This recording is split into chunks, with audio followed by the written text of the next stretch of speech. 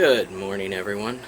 Today I'm going to be showing you how to repair a damaged trailer wiring harness off of a 2001 F-250. Now this is going to be pretty standard for any model, but that's what this one is. I bought this old truck from a guy that apparently ran into something and just crushed the Ford trailer wiring harness that was on it, and of course it's all rusted up and messed up. Now the cool thing about this one is that it has both connectors, your 4-pin and your 7-pin connector, but as you can see it's done for, and not only on the front of the connector but also on the back. Now I want to bring attention to this. This is Pollock brand that Ford used. This is a Ford manufacturing part, and the connector connects to the truck that way. So what we're going to be doing is we're going to be taking this wiring harness, cutting it here, and replacing it with this Kurt universal plug. And that will go into this Pollock brand dual connector. So you can see it has both. And what's cool about this one is that instead of splicing the wires to go to a separate connector like Ford did on these, it's built integral to the system. So you only have to wire up your typical USCAR replacement wire here with the 7 pins. So the first thing that I did with this is to check out with this wiring kit right here, and you can get these on Amazon, but with this kit it comes with its own wiring guide, and I checked with the Ford colors. They're not exactly the same, so I wanted to be absolutely sure that I was connecting this up right, because nobody wants to do a bunch of wiring work and then plug it in and it's all backwards. So just to verify this, I went over to AllData and I checked out to make sure on the wiring harness for the truck that the colors of the wiring are what they're supposed to be connected to on the wiring diagram on that Kurt gives with their product. So the easiest way for you to verify this yourself without having to go and if you have a hard time reading wiring diagrams, I did check this, and I checked that this plug physically matches up, and it should, because this is a universal wiring, not necessarily colors, but it's a universal wiring pattern, so that you can hook up just about any trailer to your plug. So the best thing for you to do is to look at the back side of your wiring harness and match it up, not in color necessarily, although this one's pretty close, but match it up in position, because you're looking at the back side of the plug. So go ahead, before you cut your wires, mark them with masking tape with the right colors that they're supposed to go to on this wiring harness, because the colors are slightly different. There's only a couple of colors that are different on the wiring harness. The ones that are different, the battery power on the Kurt wiring harness is a black wire, and on the Ford wiring harness it's actually an orange wire. So, which is pretty typical for, you know, a battery supply line. It's going to be red or orange. So that is going to connect to the black wire on the Kurt system, and your ground is still going to be white. So at least you don't have the black wire confusing you with the black wires going to the Ford harness.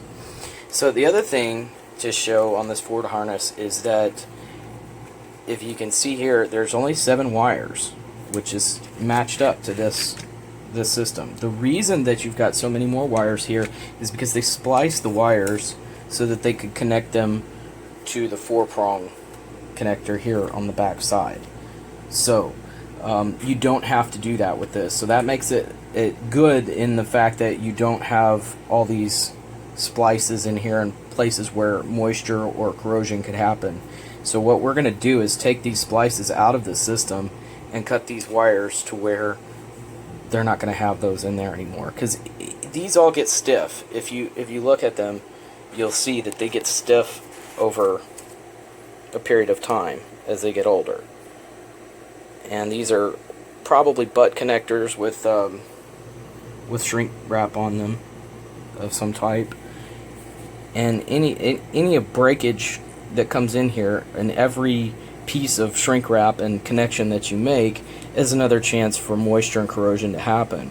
And I don't know if anybody else is like me in this, but you know, trailer wiring is almost some of the worst wiring for cuts and corrosion, because it's just so close to the trash on the street with ice and salt and sand and, you know, that kind of thing, and especially if you're pulling boat trailers. Or okay, getting back to what we were doing, I cut these wires off here from the forward connector, and this can be taken off, like I was saying, behind the in the back of the truck, right where the spare tire is kept, up under the bed of the truck. So there's a connector there, and you just push down this little button here and disconnect it, and that will pull that whole panel off, where there's a couple of bolts here that you have to disconnect, and then you can pull this whole thing off if you have to. If this part isn't crushed like mine was, then you can actually disconnect this plug by pressing down here and pulling it out. But as you can see, mine is smashed. There's no way it's coming out, and it wouldn't matter anyway because this part is smashed as well. So it's all trash. So this is going in the garbage. There you go, in the trash can. So now I did find this, and you probably don't have this, but the guy that I bought the truck from had everything from when he bought it originally from the dealer, so that was pretty cool. But anyway, this is some paperwork that came with the setup for the relays for a brake controller, for a trailer brake controller, and this also has the harness and the colors and what each of them are. So if you want to pause it, if you have a Ford, you can see that those are your color codes right there. So you've got brown and white, black and light green, and you've got dark blue and dark green, yellow, orange, and white. So those are your colors, and that's what they're all for. And you can see that that's what we're dealing with here. So your orange is the battery power, and that's going to go to the black on this Kurt system.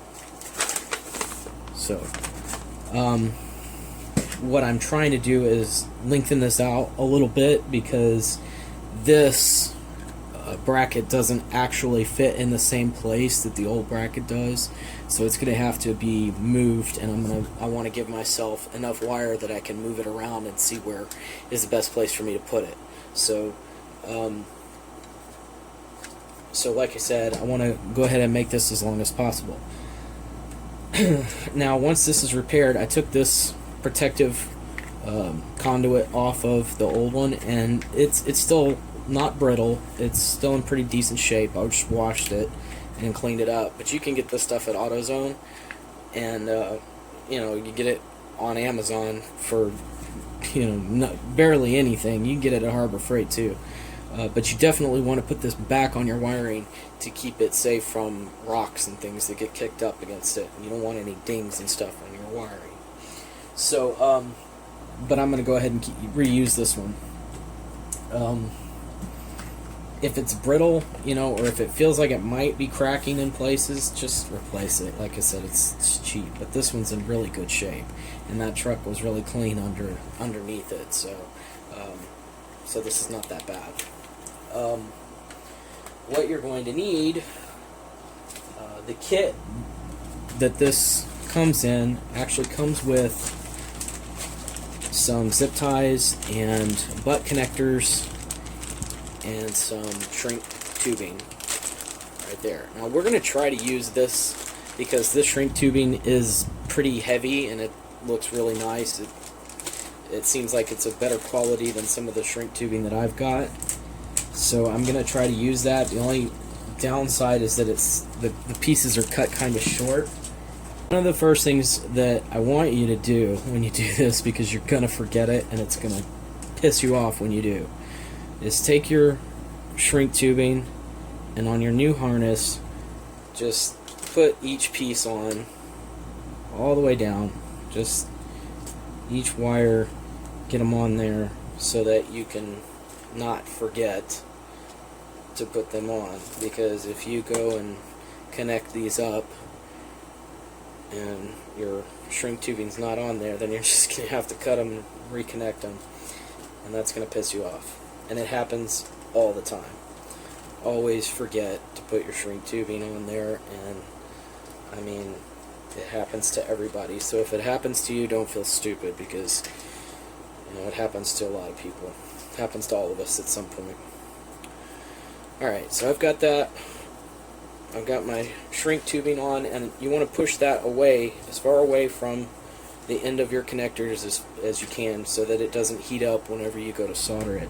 Now, the other thing is, a lot of people, there's some controversy over what's the best way to connect wiring, and a lot of people think that, you know, the dealers are all going to butt connectors because, you know, it's better. Well, not really. They're going to butt connectors because most people can't solder worth a crap, and it's faster. So they have these butt connectors that you can put them together and then just put them inside a heat gun and they shrink down and everything. Well, we're not going to do that today because I want a more solid filled connector, and I just want to show you how to do this and how to solder properly. To make a connection that is good and it's going to stay for a long time. Now, it is true that soldering connections can get brittle, so you want to make your soldered connection as short in length as possible, so that, you know, the flexing and the twisting is not done in that section of the repair. So I'm going to go ahead and inspect these wires. One thing I did do is take some rubbing alcohol and a paper towel and just wipe these down. And it's not just for, you know, being clean or whatever. It's also so that you can actually see and get all the dirt and stuff off of it, and you can see if there's any nicks or cuts. I mean, obviously this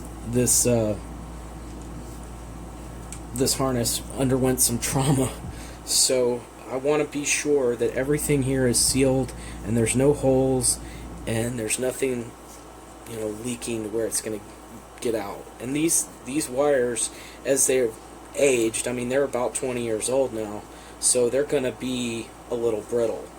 I mean, that's just the way copper wiring does, and aluminum wiring as well. So now I'm just going to cut the rest of these to about the same length as the yellow wire, because it's the shortest wire I've got on my harness. I'm just going to discard these pieces because I want them all to be about the same length, and I've given myself enough room to work, but I've also removed all of the spliced connections that were there for the old connector. Okay, so on this harness right here, they've already got it where it's been pre-stripped for you, so you can pull off the coating on each of these wires, and that's about how long you're going to want to strip your other wires. Now, if you, let's say these are about 12 gauge, 10 or 12 gauge, and you'll want a wire stripper so that you can strip your old wires as well. and you'll just set that in here and pull it off. Now this is going to be information that people that have been working with this for a long time, you know, they're going to know that. I mean, this is not new to anybody, but it is new to people who are beginners, and that's what this video is for. There's a lot of people that have problems soldering, and I used to have a lot of problems with that until I watched a NASA guy do soldering and explain why most people's soldering is not working for them, because they skip a step, and this is going to change your soldering, and you're going to be amazed at how much better it is. Okay, so I've set. Now I'm going to pull a piece of wood up here just so that I don't get anything messed up. Now, the other thing that you're going to need is you're going to need a soldering iron, which I have right here, and I've got it set to 686 degrees Fahrenheit. It's somewhere between 660 and I believe 750 that I try to keep the temperature at. And Fahrenheit, it's like 350 to 400 Celsius, depending on what your soldering gun puts out. You don't have to know these. It just has to be something that's going to be hot enough to solder your wires without any trouble. Because you don't want to have to set it there forever and just keep heating up your wires and heating them up. You want to be able to put it on there for 3 to 4 seconds and it be hot enough to do what it needs to do. The other thing is choosing your solder. Most people will go with a 60-40 rosin core, and I like to do this with gloves on because there's lead in most solders. You can get lead-free solder, but there is lead in a lot. This is a lead-free solder, solid wire solder right here. So this is a very thick solder here. So let me go ahead and get these stripped. And like I said, you want to go about a quarter of an inch. About a quarter of an inch. The other thing you're going to need, aside from solder, is flux. Now, so many people have trouble with their soldering because they forget to use this or they don't know to use it. But flux is the thing that is going to make your soldering become smooth and make the joints connect the way that they're supposed to. And a lot of people, you'll see them take the two wires and twist them together and then try to solder them that way. That's not the way that you're supposed to do it. The way to get the best connection, and this is how NASA does it, is you want to tin both joints with solder, and then you hold them together and you allow the solder to connect them both, and it creates a joint. You don't want to twist them together. That's really not the way to do it. But the first thing I'm going to do is take some alcohol on a paper towel and just clean all of these wires and their tips to make sure that there's no corrosion on the copper. Even though that you're just cutting it, it actually starts to corrode the minute that you clean it. So even though I'm cleaning it right now, it's still going to have a little bit of corrosion. And you want it to have the least amount of corrosion possible so that your solder makes the best connection possible and there's not any kind of breakage that happens over time. It's going to last a lot longer that way. So I'm doing that to even this new wiring, just to make sure that the copper is clean and ready to go. Now what I'm going to do first is I'm going to work with one harness at a time. The first harness I'm going to work with is going to be the one coming off of the vehicle. And this is so we don't get confused about which wires go to which. So we want to do one at a time for now. We're not worried about connecting anything right now. We're just worried about tinning the tips of these with solder so that they'll be ready to go together. So you take your rosin flux and you take a Q-tip, and what you're going to do is put a little bit of that flux on the Q-tip, and you're just going to put it on your wires. You're just going to touch it to your wires, and what this is going to do is it's going to make your solder move more freely when it heats up. It draws the solder into the wiring, and that's what this is for. So I'm putting a little bit of flux on each wire tip just to make sure that the solder sinks in between all of those. Okay, so that's done. Now I'm going to take my solder. Like I said, I'm using a 4060 rosin core solder.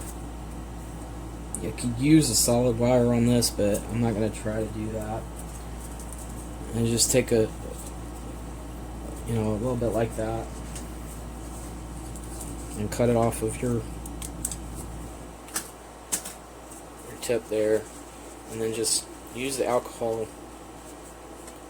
and wipe the solder. This is going to help make sure that corrosion doesn't continue on that. And now I'm going to take my soldering iron, and what this is called is tinning the tip. Put a little bit on the tip of your soldering iron. You do want to twist these before you heat them up. Just make sure that they're good and twisted together before you go to put your solder on there. That's one step that I missed. But anyway, alright, so I'm going to heat this up just a little bit, make sure that those tips are good, and make sure it's coated with solder on your wire. And it is. Alright, here we go.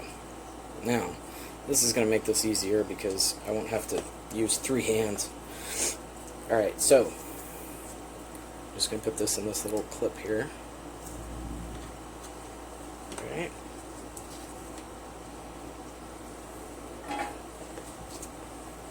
Okay. Now I can heat it up. Put the soldering tip to it. And it's coated. Nice and solid. Alright. Go to the next one.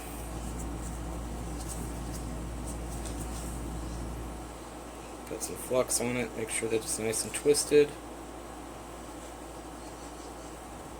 Make sure that it's good and coated. Hold it there.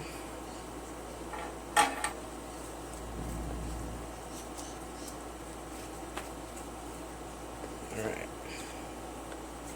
And really, between each one that you solder, you really should cut the tip of the solder off, because you're not getting the rosin core each time because it's been soldered. So anyway, I'm going to tin that tip, put this here, put it on, and there it goes. So you got plenty in there, and it soaks down into the threads. You let that cool off, go to the next one. Now remember, you're not trying to put the solder on the iron. You want to put it on the wire. You put the solder on the underside of the wire. You put the iron on the underside of the wire, and you put the solder on top of the wire. And then it sinks down in between the strands. Always remember to put your flux on there, because that's what's going to make the solder slide into all of those crevices, and it's going to make you have a nice solid soldering joint. Tin it. There it is. Like that. Nice and smooth. Got solder all around the joint. Plenty there. Alright, so these have all got solder on them. This one's got kind of a tail on it, but that's okay. That'll straighten out when we go to put the wires together. So this one, and I don't know if I've got heat shrink tube on these tips so they don't dig into things, but it makes them kind of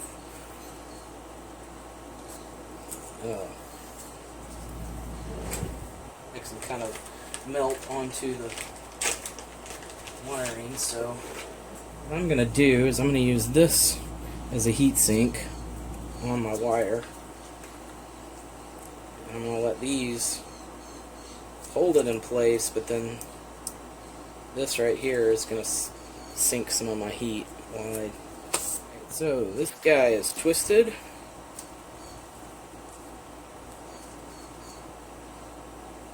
And I got the flux on there. Clean that. Snip the end of my solder. Alright, and I'm going to tin the tip and set it on the wire.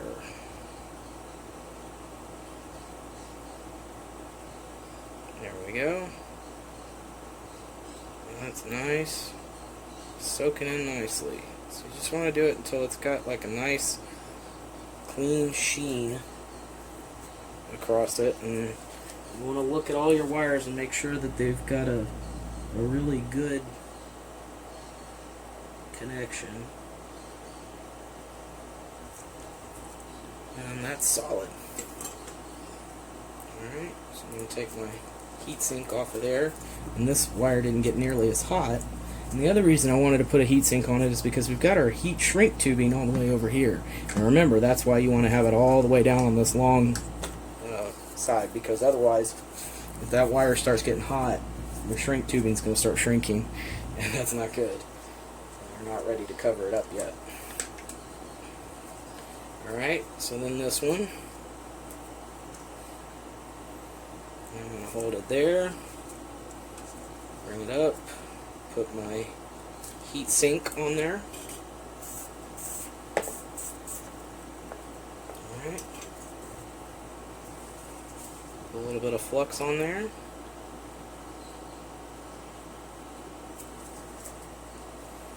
Alright, and we're going to do this one.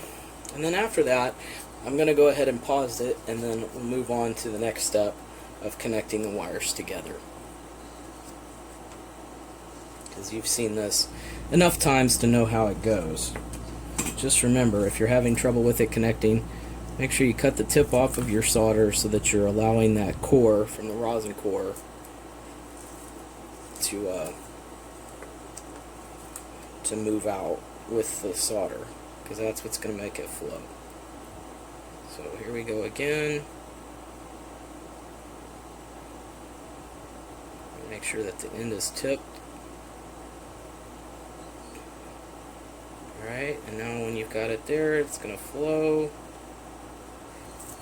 And that looks really good.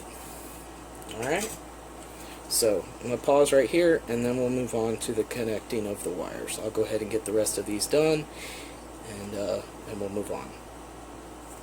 Alright, moving on. So now what we're going to do is, and this is why I'm going to use this guy right here to help me do this so that I have extra hands. And this is why this is one of the reasons why people don't like soldering to repair things on vehicles, because it's to do it properly, it's just not conducive to standing under a vehicle to do so. So what I'm doing here is I'm connecting each of these wires, and they've all got solder on them, coating them already. So I'm going to take the blue to blue here, and the blue wire, looking at your wiring guide here, the blue wire is your brake control. So what I'm going to do, and this is the way that you're supposed to do this, is you're going to put one wire on top of the other wire just like this. So you're going to hold those wires in place as close to each other as possible. And the good thing with these is that it gives you kind of an extra set of hands, so that you can solder with one hand and hold the wire up against the other one with the other. But the idea is to hold these two together and then heat them up and allow the solder to connect them both. So that's what we're going to do.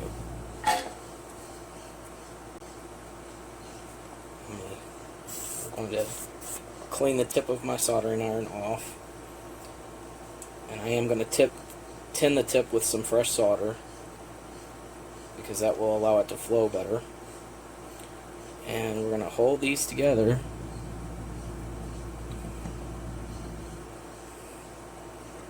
until they connect, and until the solder flows.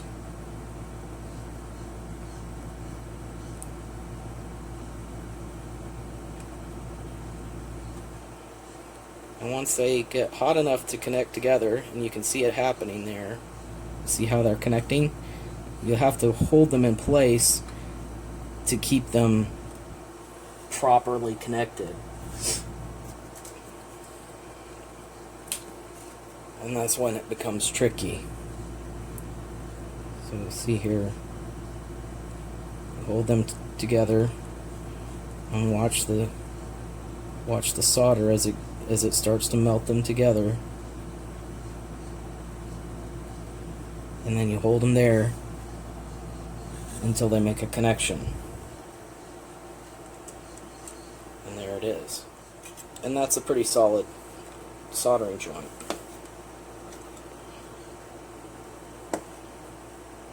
And it's not, it's not a large joint, but it's a tight joint, and it's not coming apart. And then you take your heat shrink tubing, pull it over your connection there, like this. Make sure that it's where it's supposed to be. And then take your heat gun, and a lot of people will just use a lighter, but I prefer this method because it's safer, and it makes you don't end up screwing up your shrink tubing. So you make sure that that's on, and the joint's in halfway in between, and then set it in your heat gun. Watch that sucker shrink on down. You turn it around if you want to.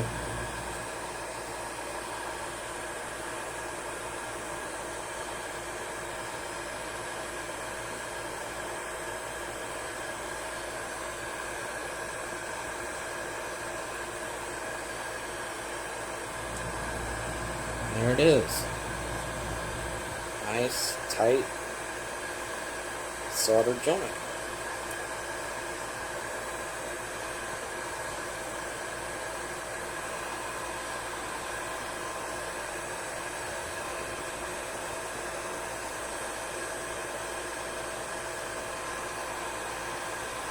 I can heat that up more. I can turn it up higher, but I don't want to overheat the joint.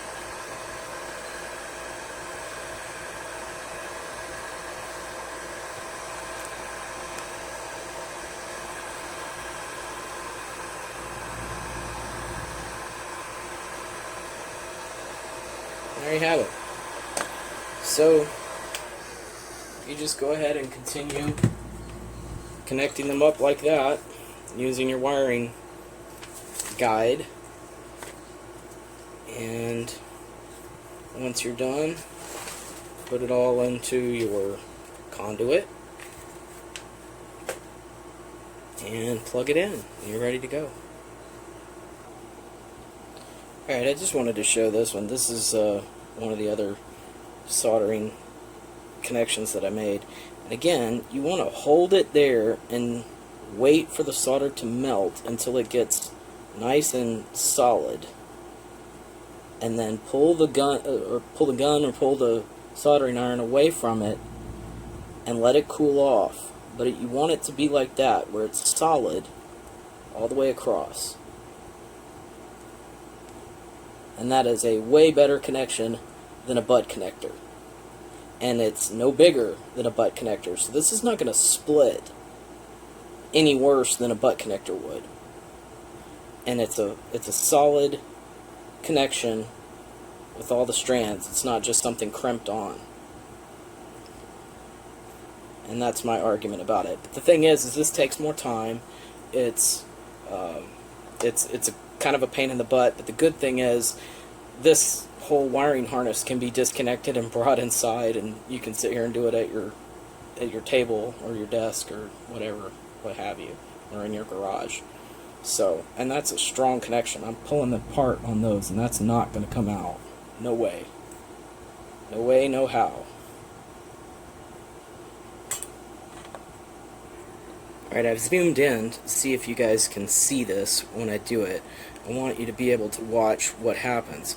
So, and I did have to move this up to 750 degrees. It needs more heat in order to heat these wires together at the same time. So anyway, we've got the tip of your iron, and I try to use a pretty wide tip on these for this purpose, and just set it under the two wires and hold it there and watch your solder. See how it starts to melt?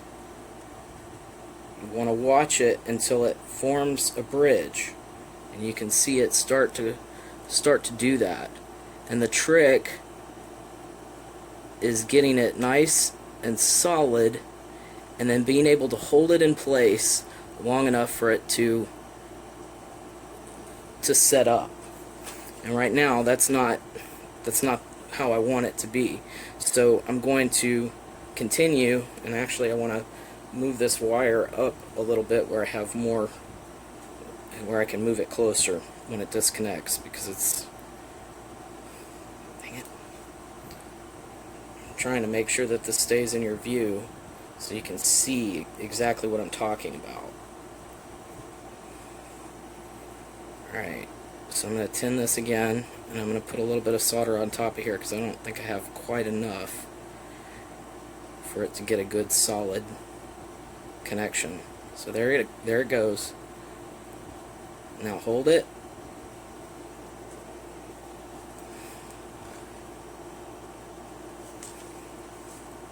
I'm going to bend these a little bit towards each other.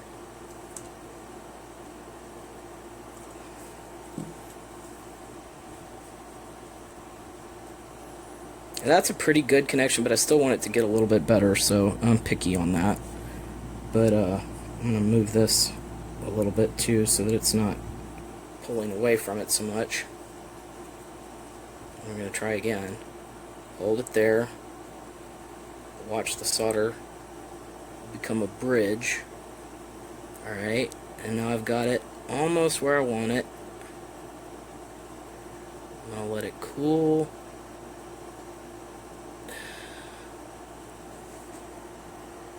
That's about as good as it's going to get right there. So that's a good connection. It's no bigger, no smaller than a connection of a butt connector or a spade connector. And the metal goes all the way through to the other side of the wire. So it is completely connected, and it's not coming apart. No matter how hard you pull on that, it's not coming apart. So that's a good soldering joint. And like I said, this is the method that NASA uses to solder parts. Is they take each wire, they tin it with solder, and then they connect them together. Alright, so now that I've got my soldered joints, I'm going to go ahead and do my heat shrink tubing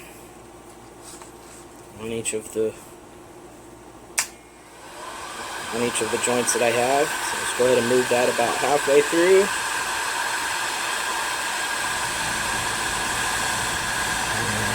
Back and forth.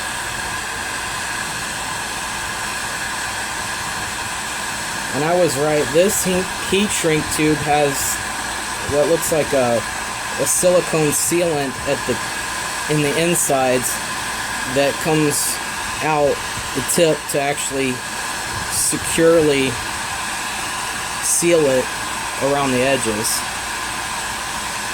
So I got that one. Let's go to the green connection.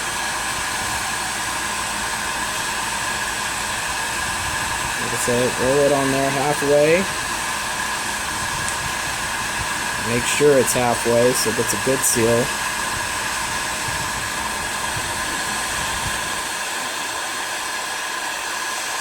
This sucker gets hot, so it goes pretty quick. In fact, I'm going to put it down on the low setting because it really doesn't need to be that hot. And most people, like I said, will use a lighter or something. You can't use a hairdryer, that's not hot enough. But some type of flame source, handheld butane torch or something that they'll use to heat up their heat shrink tubing. Like I said, I like my heat gun because it's got a stand and it's got these neat, nifty little attachments there that make it easier. So we're just going to go ahead and do it on the next one. Double check and make sure I'm halfway there. Alright, and I think this is our last one. This is the reverse lights connection. I want to make sure I got that right. Started to shrink up on me there. There we go.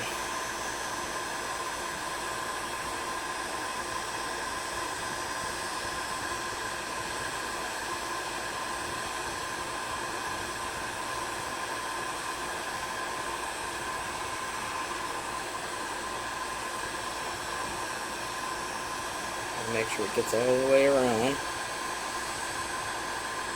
I want those edges especially to seal up nicely. Keep water out of your soldering joint.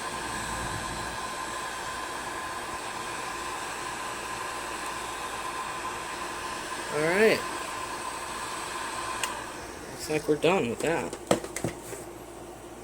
I'll let that cool for a second. As you can see, all of our solder joints are good and sealed. Now we're going to take all of this together. Now here's our completed wiring harness here. I'm going to take this, and honestly, I mean, this is a little bit longer, so I may use some of my new conduit, because this doesn't quite cover the whole thing.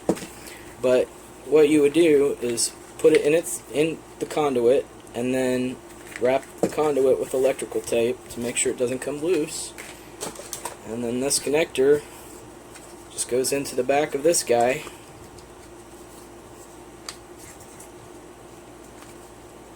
Alright, and then this one plugs back up into your truck.